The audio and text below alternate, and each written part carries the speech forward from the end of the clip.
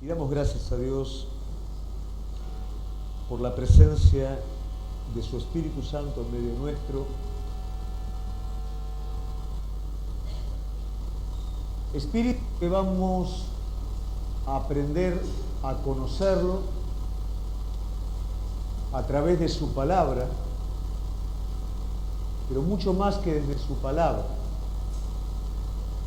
Lo vamos a conocer a través de la persona de Cristo. Hoy leí algo que me llamó la atención y era una persona que había visto un papiro de la Constitución de Estados Unidos. Y ese papiro, en la medida que uno se alejaba,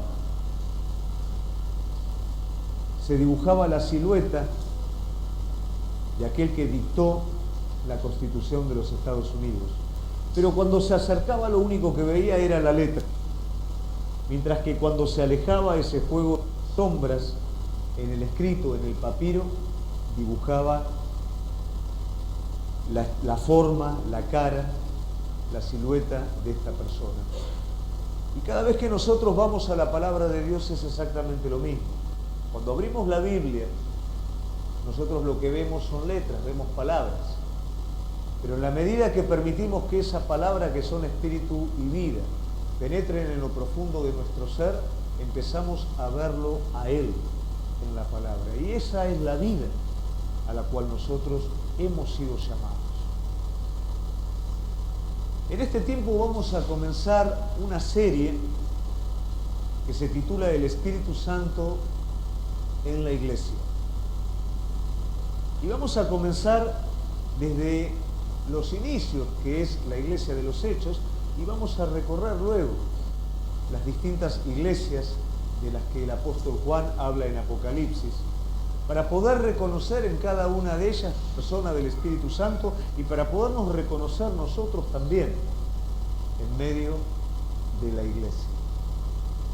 Es tan importante que usted y yo entendamos la persona del Espíritu Santo obrando en la iglesia. Porque déjeme decirle una realidad que es absoluta: si el Espíritu Santo de Dios no obra, no tenemos absolutamente nada, ni como individuos, ni como iglesia. Entonces nosotros debemos de aprender a caminar en esta plenitud a través de la vida de esta persona, que es el Espíritu Santo de Dios. Algo que nosotros debemos de entender: Dios todo lo encerró en Jesucristo. Y para que usted y yo lo podamos entender, la persona de su Espíritu Santo revela a Cristo, y lo revela en situaciones muy especiales. Lo revela en situaciones en donde usted necesita fe. Lo revela en situaciones en donde se agota todo aquello en lo cual usted puede confiar para que realmente pueda conocerlo en persona.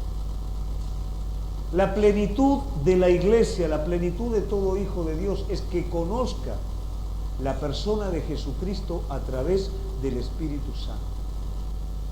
Entonces, cuando nosotros vamos a la primera iglesia, que es la iglesia de los Hechos, vamos a ver una iglesia que inicia en el poder del Espíritu Santo de Dios.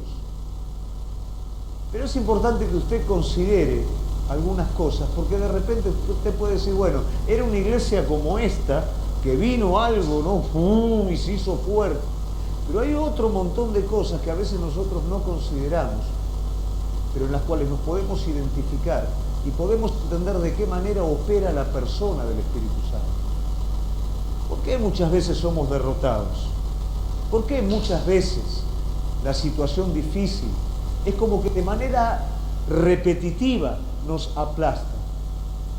Tal vez no entendemos que esa situación difícil es el momento en el que la persona del Espíritu Santo nos quiere estar revelando a Jesucristo, se quiere revelar a nuestra vida.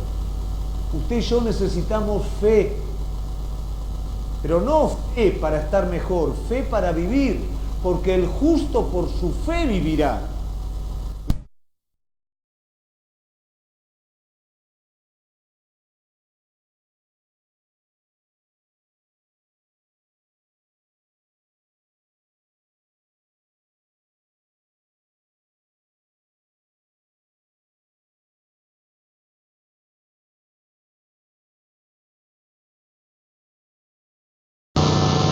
Ese es el desafío que nosotros hoy tenemos como iglesia.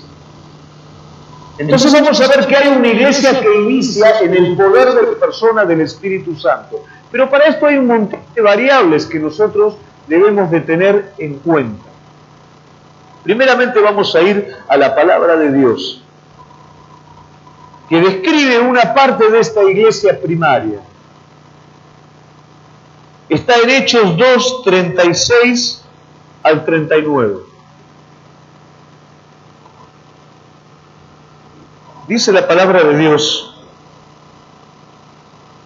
sepa pues ciertísimamente toda la casa de Israel que a este Jesús, a quien vosotros crucificasteis, Dios le ha hecho Señor y Cristo. Al oír esto se compungieron de corazón y dieron a Pedro y a los otros apóstoles, varones, hermanos, voces diciendo: ¿qué haremos? Pedro les dijo: arrepentíos y bautícese cada uno de vosotros en el nombre de Jesucristo para perdón de pecados y recibiréis el don del Espíritu Santo. Porque para vosotros es la promesa, para vuestros hijos y para todos los que están lejos, para cuanto el Señor nuestro Dios os llamare. Es muy importante que nosotros podamos entender el plano histórico que desde los inicios se fue desarrollando hasta la iglesia de los Hechos y hoy nuestro lugar en esta iglesia. Desde que el hombre cae, empieza a haber una cuenta que llega hasta el Mesías, hasta el Cristo, una cuenta progresiva. Todo desde el inicio y la caída del hombre apuntó a la salvación del hombre mediante la máxima obra que Dios iba a hacer a favor de cada uno de nosotros. Y eso fue una cuenta progresiva. Pero desde Cristo hasta hoy comienza una cuenta regresiva. Una cuenta en la cual la iglesia espera su venida. Y esto por más que haya ateo, no ateo, hay un antes y un después de Cristo. Nos guste o no nos guste, y es algo histórico. Y es algo que está en los libros y es algo que está en la historia. Y si usted quiere firmar un cheque con otra fecha, porque su calendario es el calendario maya, el calendario azteca o andás a ver de quién, el cheque usted no lo va a cobrar. Hay un antes y un después de Cristo. Esta iglesia llena del Espíritu Santo es la iglesia de después de Cristo. Y esta iglesia tiene una característica fundamental, que ellos no sabían lo que era una iglesia, que ellos no tenían la más leve noción de lo que era una estructura, que se había terminado un tiempo, se había terminado el tiempo de la gran estructura, de lo visible y de lo local, y empezaba un tiempo de la fe y de lo vivo de Dios. Muchas veces en nuestra vida es necesario que finalice el tiempo de lo hueco para que empiece el tiempo de la esencia. Todas las personas que estaban unidas, esperando el Espíritu Santo, eran discípulos que habían negado a Jesús, eran discípulos que los habían dejado en el camino, eran personas que lo habían llevado a la cruz, que lo habían crucificado. Todos ellos estaban esperando. Había un tiempo que se había terminado. En la vida de toda persona hay un tiempo que se termina. Cuando nuestra religión es una mezcla de lo que tendría que ser vivo y de pecado y de nuestras propias concepciones de las cosas y de nuestra manera de vivirlo. No quiere decir que el antiguo pacto no servía. El antiguo pacto, por supuesto que servía. Lo que no servía era la actitud con la que muchos habían arribado. De hecho, hablamos del ser del Espíritu Santo cuando Jesús se encuentra en un templo contaminado por mercaderes. Era un lugar de adoración, era casa de oración, pero había sido convertida en cueva de ladrones. ¿Cuántas veces nuestra vida, que somos templo, que somos lugar de reunión, lugar de contacto con el Espíritu Santo, pierde su sentido genuino? Porque nosotros incorporamos en nuestra vida cosas que tienen que ver con nuestra manera y nuestro gusto de adorar a Dios. Y todo eso no hace ni más ni menos que esconder un principio. No queremos depender de Dios. El primer pecado del hombre fue desprenderse de la dependencia de Dios, querer que todo estuviera en Él mismo. Él quería tener el conocimiento del bien y el mal, no quería que el Señor se lo marcara o se lo dijera.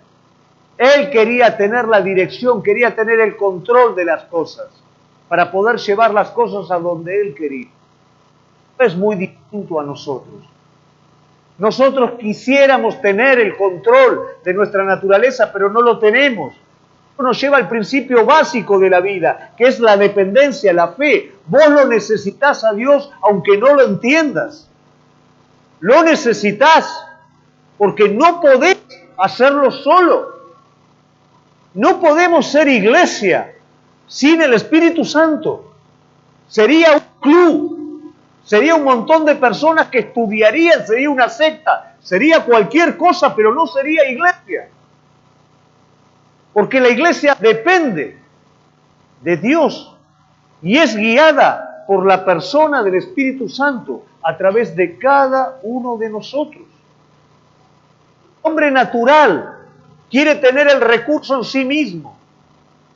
Quiere, como los discípulos en su estado de inmadurez, llevarlo a Jesús, a reconvenirse, a que no vaya a la cruz, a que no diga palabras que puedan espantar al resto de la gente, a llevar a otro lado el asunto. Pero Dios quiere llevar tu camino.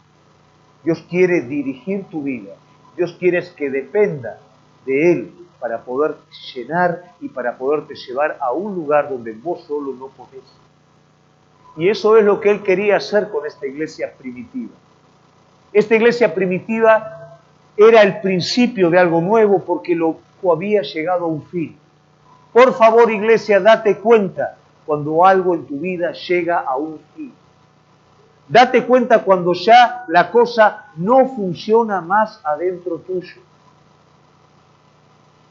Date cuenta cuando fuiste sumando cosas en tu vida, formas propias que te fueron limitando, que en un principio de primer amor tocabas el cielo, pero cada vez la cosa se fue haciendo más pesada hasta que vos terminaste empujando el carro y hasta que ya no lo podés empujar más. Esa gente que estaba ahí llegó a su fin. Los discípulos llegaron a su fin. Llegaron al fin de sí mismos. Ya no podían más. Llegaron al fin de sus propios egoísmos y consideraciones para con Dios. Llegaron al fin de sus propias naturalezas, de sus propios recursos, aún queriendo volver a usar lo que ellos normalmente usaban y era su medio de sostén, aún así no pescaban absolutamente nada. Llegaron al fin de todo.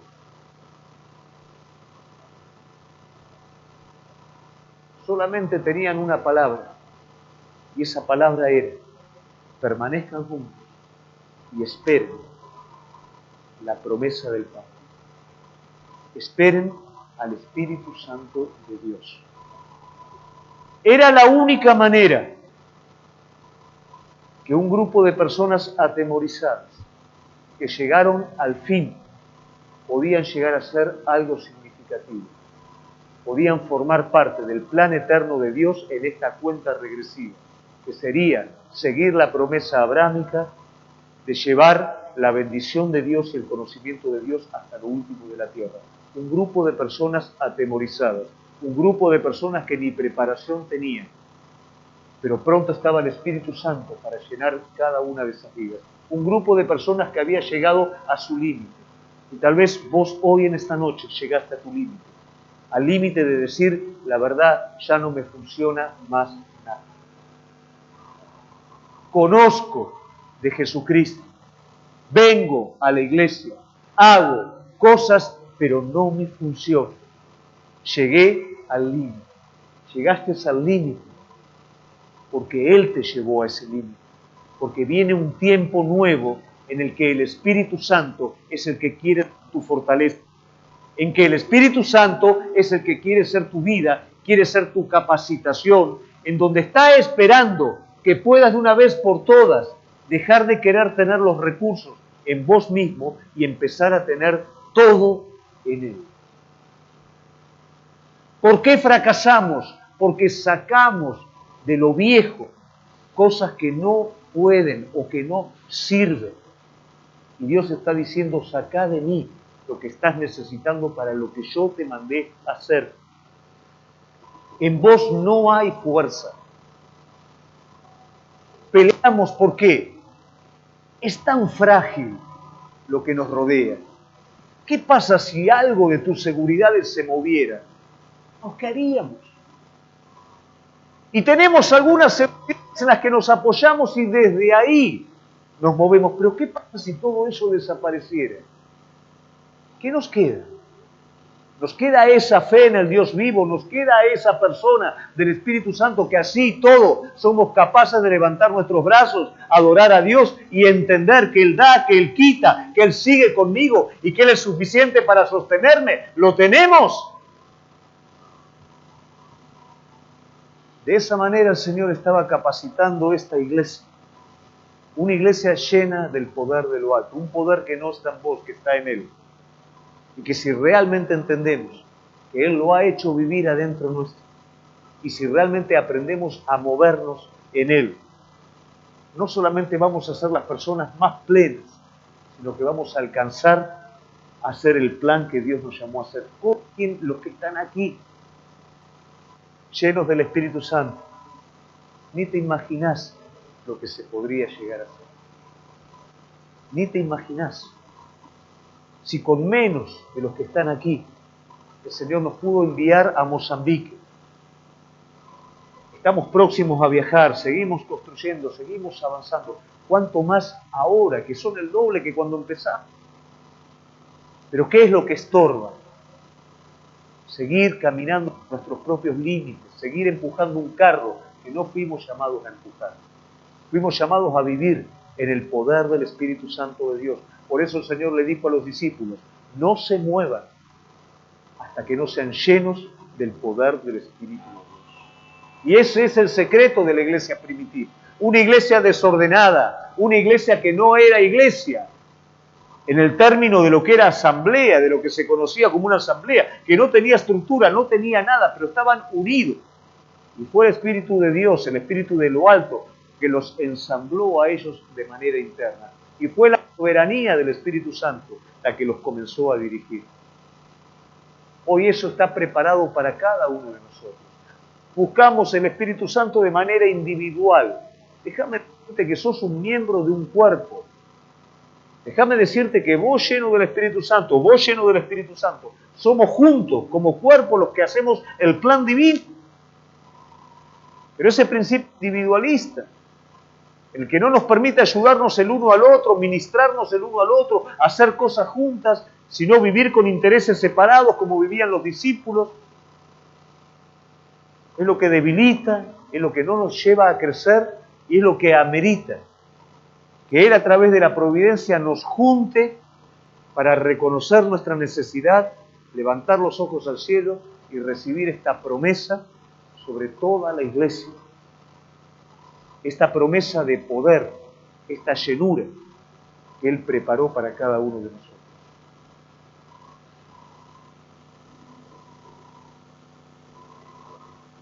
Yo veía cómo el hombre es capaz de hacer de lo divino una cáscara hueca.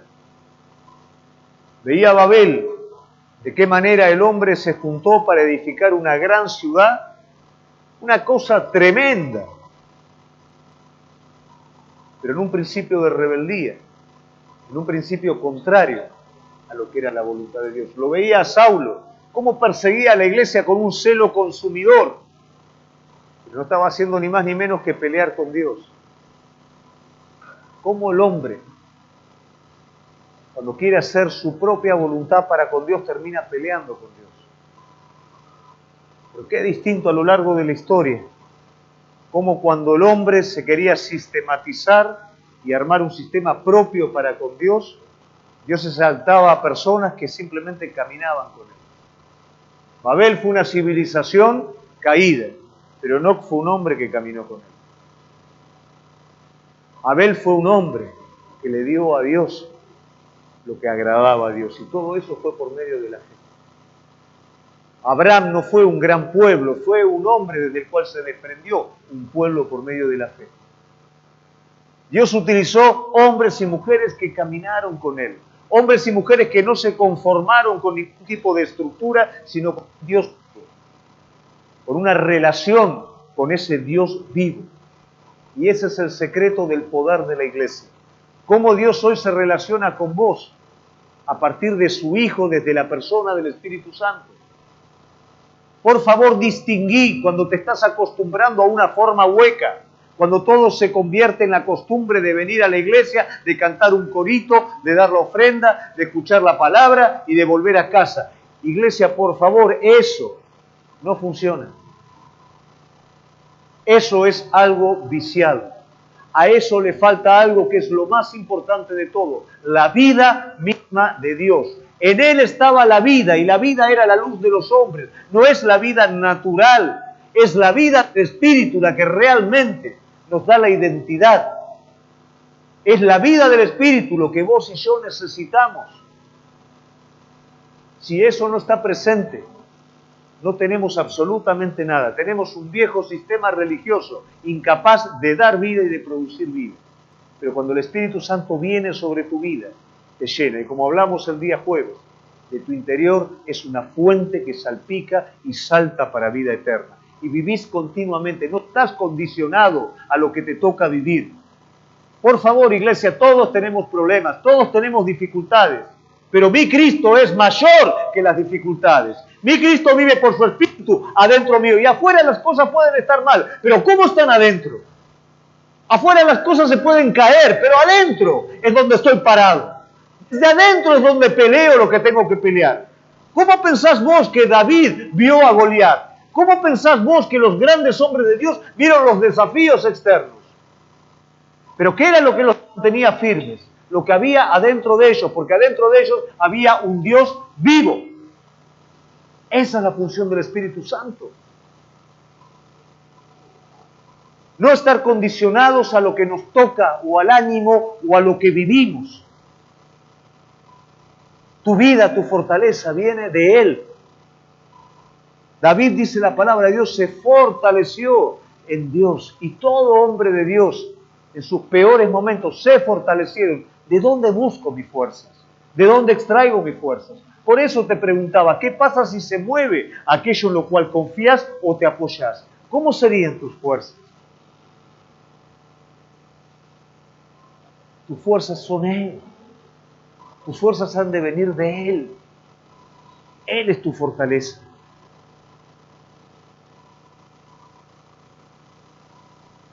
Una iglesia llena del Espíritu se renueva desde el arrepentimiento. La gente, ¿qué le decía a Pedro luego de hablar? ¿Y ahora qué hacemos? Gran parte de nuestra sequedad espiritual es la falta de arrepentimiento. Y no hablamos aquí de penitencia religiosa. Hablamos de actitud. Muchas veces hay remordimiento, y cualquier persona tiene remordimiento por haber hecho mal. ¿Quién no lo tiene? Pero remordimiento no es arrepentimiento.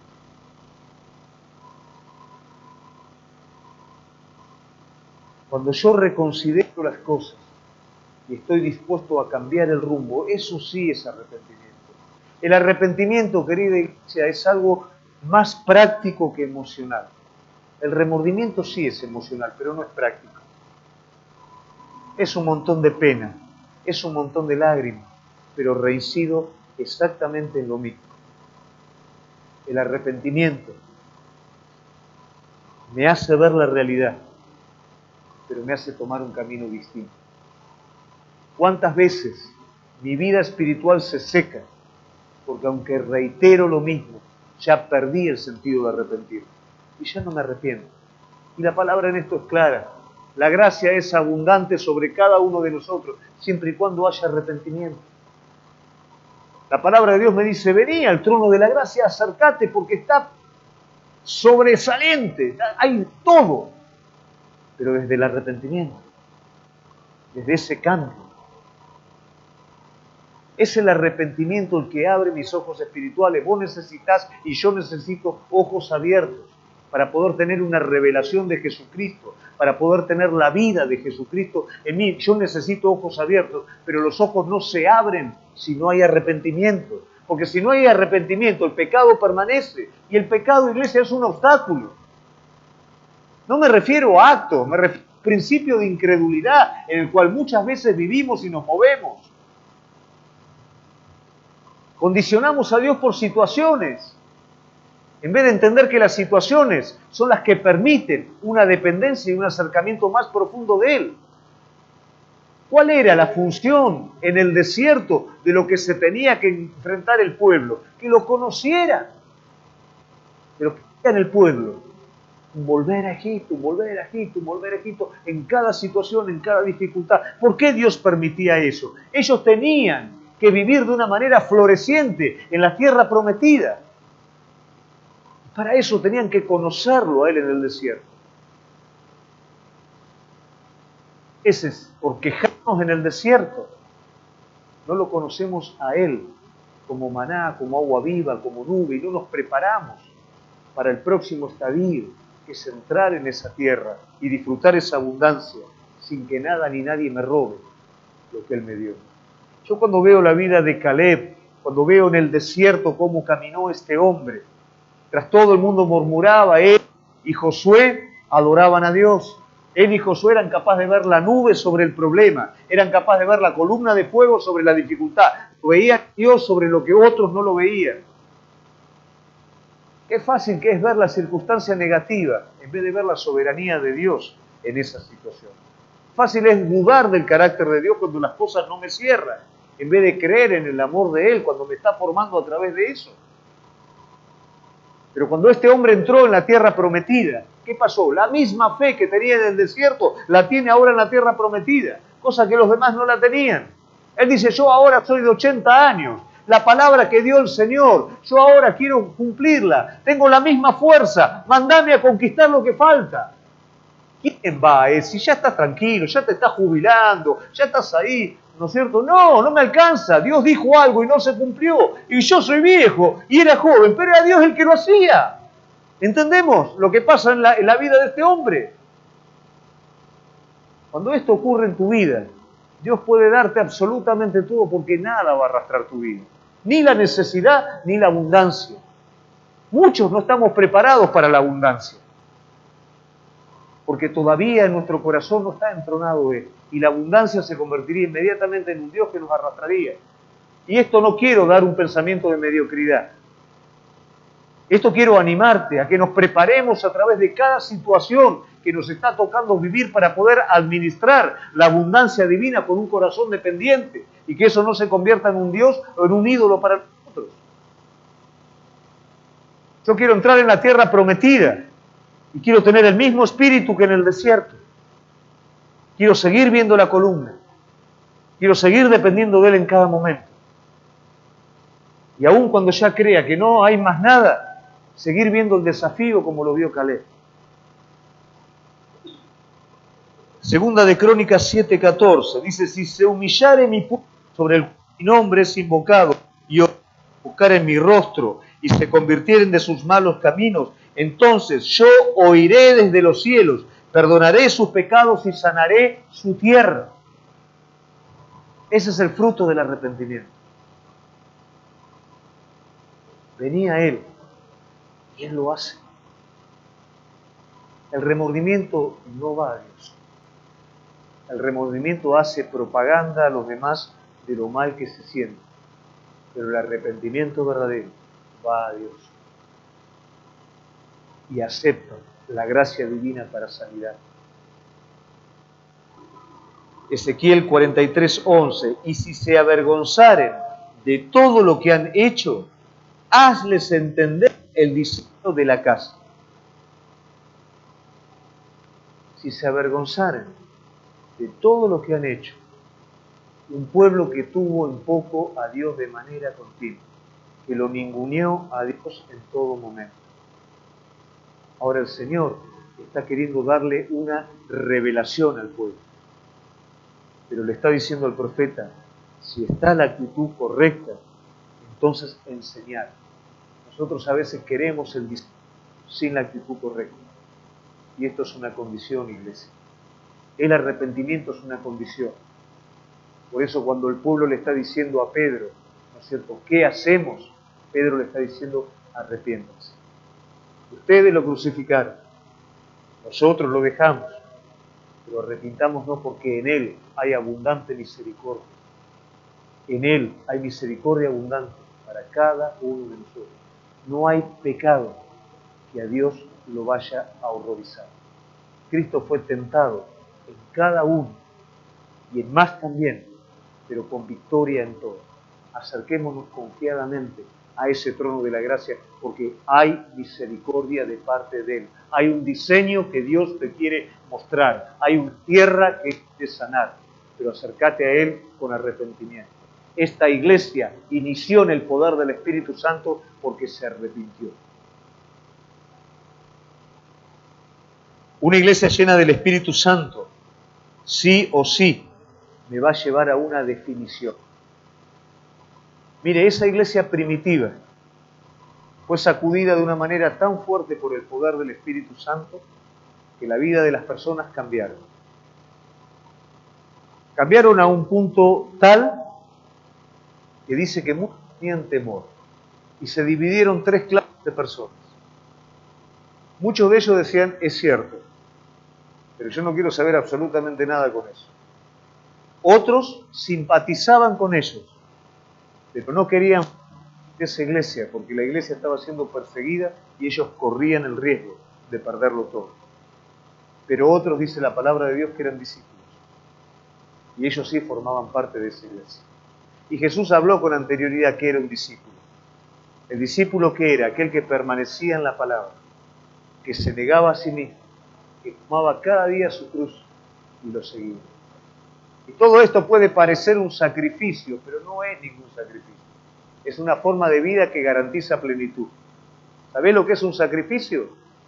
Vivir para uno mismo. Eso sí es un sacrificio. Porque en eso no hay destino, en eso no hay propósito, y en eso vos solo te la tenés que arreglar como te dejes. Permanecer en la palabra de Él, negarte a vos mismo, tomando la cruz y seguirlo, nos puede incomodar, pero es el camino a la plenitud. El que ama la vida la pierde y el que la pierde la halla. Y es la cruz el medio por el cual yo voy a encontrar la vida, que es la que es pleno a mí. La vida que es la que le da sentido a la iglesia, que es la que le da sentido a mi vida. ¿Por qué te aburren a veces las palabras? Porque muchas veces las palabras que se predican no están respaldadas por la vida.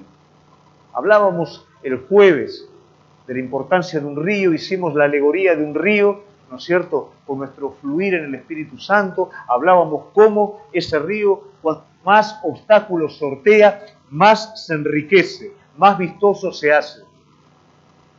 De la misma manera, cuando la vida de Cristo en nosotros sortea dificultades, sortea problemas, porque esa es la cruz. La cruz no es que tenés un enano atrás en la espalda que te pega.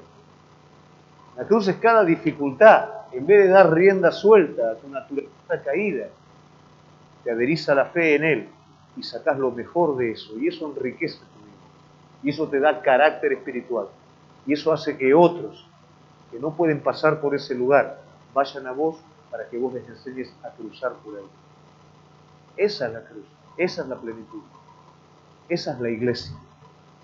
Eso es lo que la iglesia necesitaba como un propulsor inicial, la llenura del Espíritu Santo. Y eso es lo que nosotros hoy necesitamos.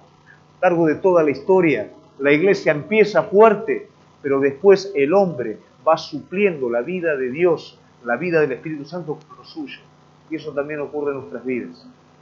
Lo conocemos a Él, participamos de la plenitud de Cristo, pero después lo vamos acomodando a nuestro interés, a nuestro orden, hasta dejarlo a un costado y ya no ser dirigido por Él.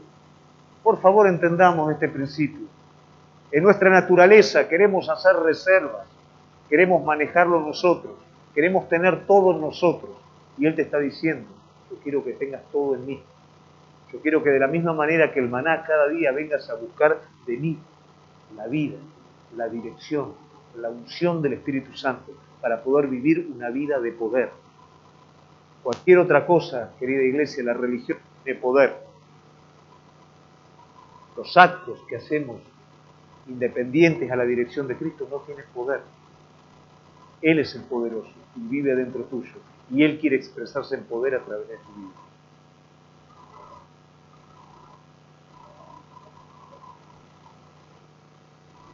Quedaron discípulos, gente simpatizante y gente que decía está todo bien, pero de lejos. ¿Qué pasaría hoy? ¿Cuántos son discípulos? ¿Cuántos son simpatizantes? ¿Qué pasaría si hoy hubiera una persecución? Y si te viera la policía, viste que normalmente pasa con el, ¿no?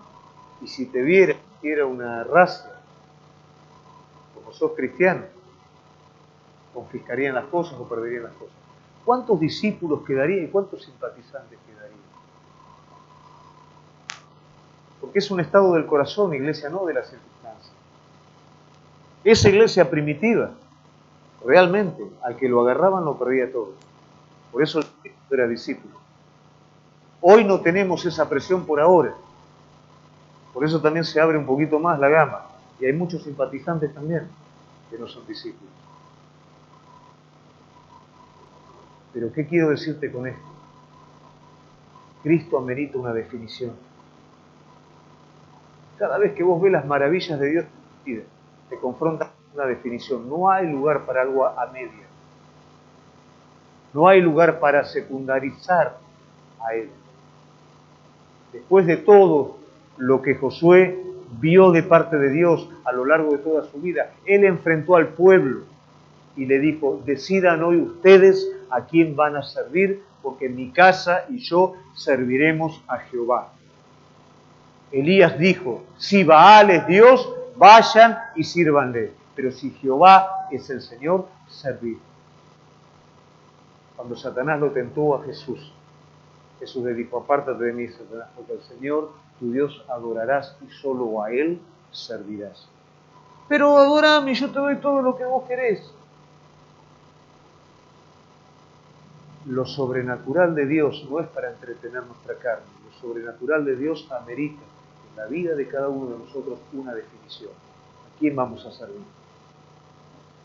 Cuando Dios tuvo que definir, entregó a su Hijo por cada uno de nosotros. No entregó un ángel ni entregó lo que le sobraba, entregó lo mejor que tenía.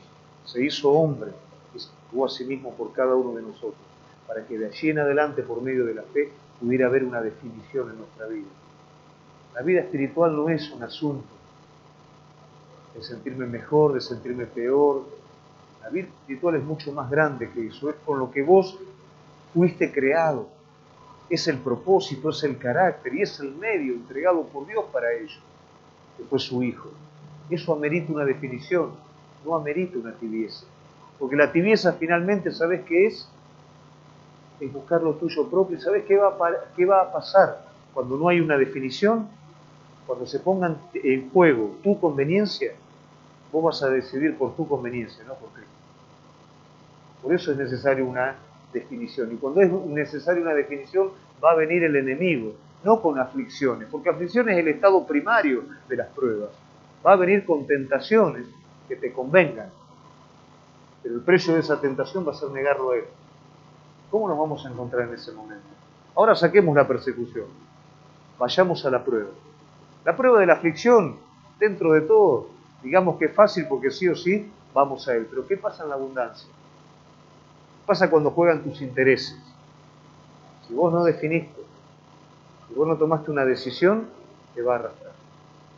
Por eso que Cristo, la persona y la plenitud del Espíritu Santo en nuestra vida, amerita una definición. ¿Se entiende, iglesia? Una iglesia llena del Espíritu Santo es incómoda. Es así. ¿Por qué es incómoda? Porque estamos unidos por un mismo espíritu. Es incómodo estar unidos. Nos necesitamos, pero no sabemos estar unidos. No sabemos cooperar el uno con el otro. Queremos ser la Coca-Cola en el desierto, queremos ser el que dirige, queremos que otro haga lo que nosotros tenemos que hacer. Incomoda. Ahora, una iglesia llena del Espíritu Santo ensambla los miembros del cuerpo de Cristo para que cooperen en el propósito divino. Y para eso yo me tengo que negar. Yo no me tengo que negar a mí mismo solamente para las cosas que me tocan vivir a nivel personal, sino también a nivel corporativo. ¿Por qué las divisiones en la iglesia? ¿Por qué el chusmerío en la iglesia? ¿Por qué tantas cosas que no tienen que ver con Cristo? Porque vivir espiritualmente en el cuerpo de Cristo es incómodo. Es incómodo amar, iglesia. Yo cuando escucho, en la iglesia no hay amor. ¿Y vos amás? Amar es difícil. Porque amar es incomodarse, iglesia. Cuando hay alguien con necesidad, no des por hecho que otro va a satisfacer esa necesidad. Satisfacela vos. Eso es incomodidad. Es incomodidad preocuparme por otro. Es incomodidad salir de mí mismo. Pero ahí es donde encontramos la plenitud.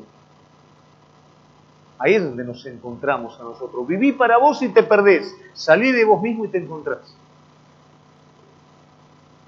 Es incómodo. Ninguno tenía necesidad, más incómodo. ¿Por qué no tenía necesidad ninguno? Porque todos se apoyaban, jugaban. Entonces se enteraban, Diego tiene necesidad. Y de esa, bueno, habla con Luli y habla con Juan. Che, Diego tiene necesidad, ¿por qué entre nos juntamos algo y le llevamos y estamos un ratito con él? Dale, y lógico, es incomodidad. Y yo tengo que trabajar, y yo tengo que hacer esto, tengo que estar con mi familia. Pero a ver, somos cuerpo. La iglesia primitiva era cuerpo. Se tenía que incomodar. Yo como pastor me tengo que incomodar. Si hay alguien con problemas a las 3, 4 de la mañana, me tengo que incomodar. Me quiero incomodar. ¿Entendemos cómo funciona? Entonces, la iglesia espiritual es incómoda. Tenemos que predicar a la persona. Pero me dio vuelta la cara. A ver. ¿Qué pasa si se está incendiando una casa y vos ves por la ventana y le estás golpeando y estás así? ¿Le vas a tirar un ladrillo en la ventana para sacarlo de ahí o no? ¿O le vas a decir, no me da importancia, me voy? No, se prende fuego la casa, se quema él, no te vas. Rompés la ventana y lo sacás. Pero lo estoy sacando y bueno, una piña te va a pegar, sacalo, si no se quema. Es incómodo. Es incómodo. ¿Por qué muchas veces uno se frustra en la iglesia? Porque espera encontrar algo, ¿no es cierto?, carnal. Empieza un spa espiritual. Que me hagan las uñas, un spa, ¿no? No es un spa. Es un lugar en donde el Espíritu Santo trabaja en cada uno de nosotros. ¿Y sabés cómo trabaja? No es que viene la nube, ¿no? Trabaja a vos con ella, a ella con ella. Sí trabaja. Mirá cómo me miró y mirá cómo me contestó y cómo me dijo. ¿Qué tendría que haber dicho Cristo? Los discípulos lo dejaron solo, les pide que oren por él y se quedan todos dormidos. En el peor momento lo niegan. Haya el mismo sentir que hubo en Cristo Jesús. Para él fue bravo. Para vos también va a ser bravo. Una iglesia espiritual es incómoda. Y cuando una iglesia espiritual aprende a vivir espiritualmente en esa incomodidad, es una iglesia poderosa. Es una iglesia que sacude este mundo. No es una iglesia placentera. Es una iglesia espiritual, es una iglesia de plenitud. Pero es una iglesia que incomoda a la carne. La incomoda adentro y la incomoda afuera también. Porque el testimonio, la predicación, incomoda. Pero eso es poder, iglesia. ¿Se entiende, no? Salmo 111.1 dice: alabaré a Jehová con todo el corazón, en la compañía de la congregación de los rectos. ¿No? Ahí tenemos el cuarto. Alabaré en la compañía de los rectos. Corporativo. Y para que los engranajes ensamblen, y tiene que pasar y pasar y pasar. Eso es incómodo. Una iglesia llena del Espíritu Santo, finalmente, para poder cerrar la palabra, es eficaz, porque tiene un fundamento, y ese fundamento nos es común a todos. Ese fundamento es Cristo. Cualquier iglesia que no esté fundamentada en roca, lamentablemente, la vida que tiene es limitada. Vida es una forma de decir, ¿cierto? No hay vida. Si no está fundamentada en la roca, no hay vida. Volvemos de nuevo al principio. Todo el Señor lo encerró en Cristo. Nuestra solidez como cristianos tiene que ver qué lugar ocupa Cristo en tu vida. Si es un accesorio en tu vida, vas a ser débil. Si es el centro de tu vida, vas a ser fuerte. Si ya la posición está tomada, si ya hay algo diferencial en tu vida, tu carácter espiritual va a ser sólido. Y esto no quiere decir que no tengas problemas. Mucha gente se frustra, porque vengo a la iglesia y tengo problemas. ¿Qué tiene que ver una cosa con la otra? No tiene nada que ver una cosa con la otra. Los problemas es una cosa, lo que pasa adentro tuyo, que está ligado a tu relación con Dios, es otra. Puedo tener 10 millones de problemas afuera, pero puedo estar firme adentro. Como también personas que no tienen absolutamente ningún problema afuera, pero están que se mueren adentro.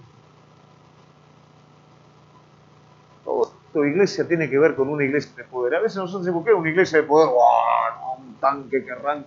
Y de alguna manera sí, pero ese tanque es su voz. Ese tanque es tu estado espiritual. Ese tanque es la vida de Dios en medio nuestro, iglesia. Eso es trabajo. Eso es negarse a uno mismo. Eso es tomar la cruz. No existe manera que la vida espiritual se libere si yo no muero a la carne. La vida espiritual es una consecuencia de negarse a uno mismo.